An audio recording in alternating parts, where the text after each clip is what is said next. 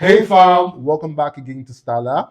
As you can see, my beautiful wife is not available today due to health challenges. So please stick around with us as we react to today's video and do well to send your love to her and see you on the video. Let's go.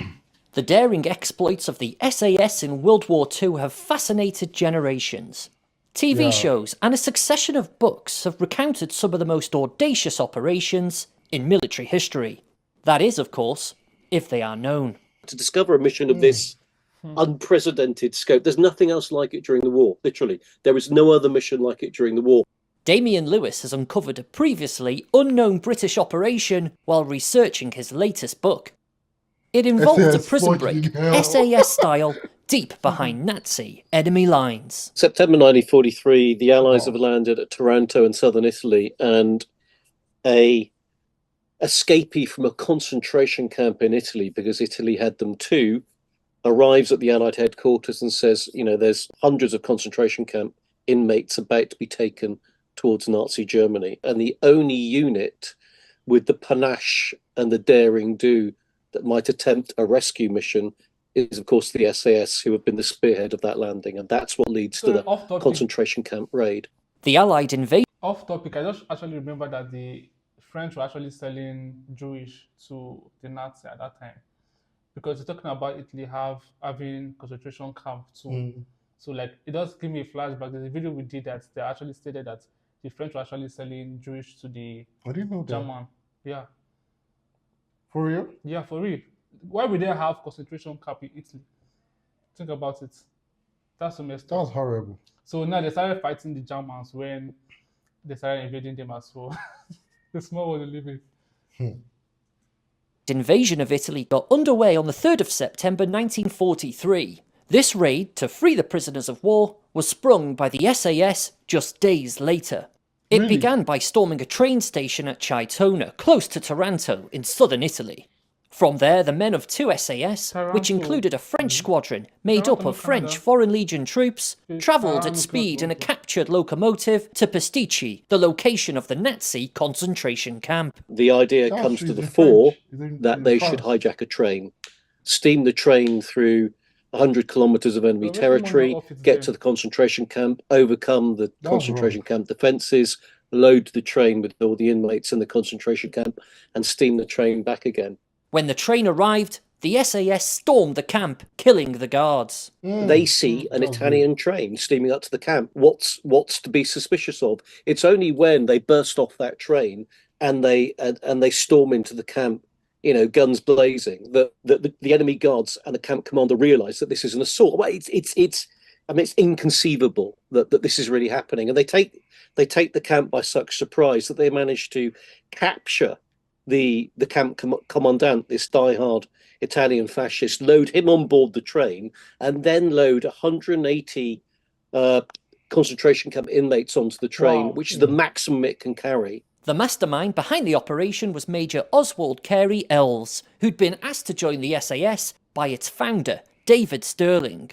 Yes, the train had to steam through to get to Pasticci camp, but Carey Ells, the SAS major, had gone separately, not on the train, with a patrol of jeeps driven through Allied lines and then through enemy lines to reach the main junction, to hold that, to make sure the train could get through unmolested, and then to hold it until the train came back again. So Carey Ells had to seize that junction off the enemy. That's the first thing. Incredible as this tale is, it remained a secret for 80 years. The first time I came across this was one paragraph in a report which I found in the war chest of all the archive of Colonel Paddy Mayne, because the Mayne family very kindly gave me access to all that archive. And I read this report and I read this one paragraph, thought, no, that can't have happened. I've never read about it anywhere else. That just can't be true. And then I researched it more and I found it corroborated in two other reports by two other individuals. The more I learnt about what happened, the more I thought, if you wrote this as a Hollywood movie outline, people would say, no, that's too far-fetched. But this absolutely happened. It's absolutely true. But why would something like this be hidden away, absent from the history books? Think about this for a start. A mission of that daring and that boldness and success, almost unprecedented, actually. No decorations. Not one. Not a single decoration. Not even a mention in dispatches. No publicity. if you publicize the concentration camps to the British and American and wider Allied publics, it will demonize the enemy. That will make them less likely to surrender, and therefore the war will go on longer. Whatever the reasons for its omission from history until now, this remarkable raid, freeing almost 200 Jews and other captives, can finally be celebrated. It's another chapter in the battle history of the SAS, one that perhaps underlines the regiment's famous motto more than most: who dares, wins. James Wharton, Forces News, London. Thanks for watching. For more from Forces News, like and subscribe. There's a lot of untold history, like we don't actually know. Honestly, there are so dates. many parts of this history that we have not yet uncovered. And the fact that, I knew that the, what they call them, the Soviet Union attacked. I knew the part of the Polish. I knew that the Nazi attacked. But I never knew that the French back then was, that was where the concentration camp was held. No, they had in both places. Okay, they had in both places. They were actually making money off it, selling them to the Nazis for money. That's wrong. Until Because I this believe goes those crazy. people ran there for refuge, if I'm not mistaken. They actually lived there. They So- lived there. So when they heard that, okay, the Nazis are kind of, so they're like, okay, they will sell the one they have in a country to them. Like That's messed up. they That's had, really messed they up. actually built a trainway, a supply way, like a chain, The guy mentioned it in the video. like for them to move to that extent. So you can actually imagine how much they were making out of it. Honestly, for one thing, I'll say I really commend the SAS, because like you just had in the video, there was no commendation, there was no decoration, nothing. It's just like doing an act of service to humanity. And the Just fact that will remain just to you. Yeah, just to you. You are the only one that knows about it. And the fact that, there was a statement they made that they said they didn't really want, they made the whole thing secret because they didn't want to dehumanize the people that attacked, like the Nazi, the whoever that was in charge of the whole war of the thing, right? So they said they didn't want to publicize the news so that they will not dehumanize them, and then they will Make now drag the war. Attention and make the war go for stretch.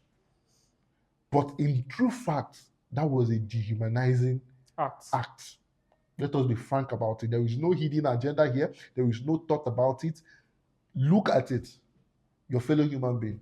Well, like I said, I'm really grateful and I'm really glad that the SAS acted, and they didn't do it for their glory, nor for the treasures or for the reward, but for their fellow humans. So thank you guys for sticking around to this part. Do not forget to like, subscribe, and comment on this YouTube channel.